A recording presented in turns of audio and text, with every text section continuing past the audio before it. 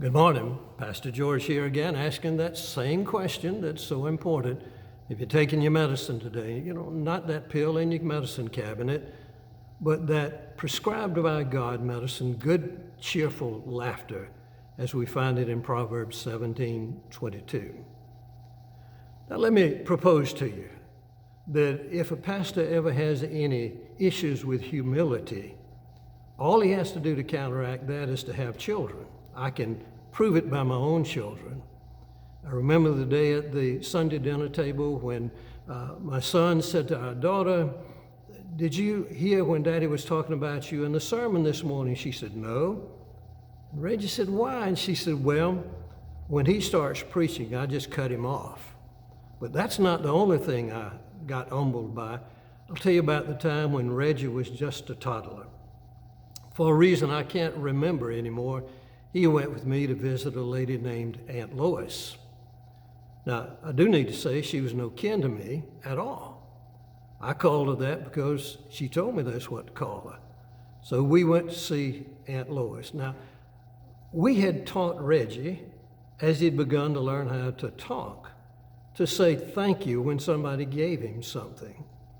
Now, he wasn't able to say thank you yet, but he would say ta-ta, and we were proud of that. We visited with Aunt Lois for a while, and then when it was time to leave, she fished around in that big old pocketbook of hers until she found a dollar bill, and she gave it to Reggie.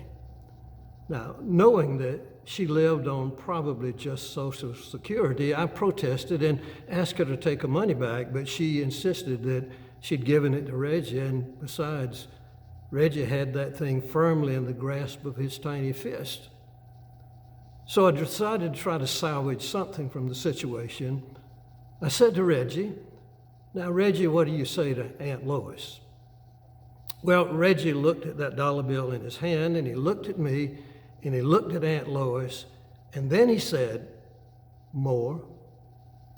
Now, all I could do was turn beet red and pray that somehow that floor would swallow me up, and then laugh with Aunt Lois at this all too human child of mine. But later, in telling that story over and over again, I've learned there was a laugh and some lesson in that moment.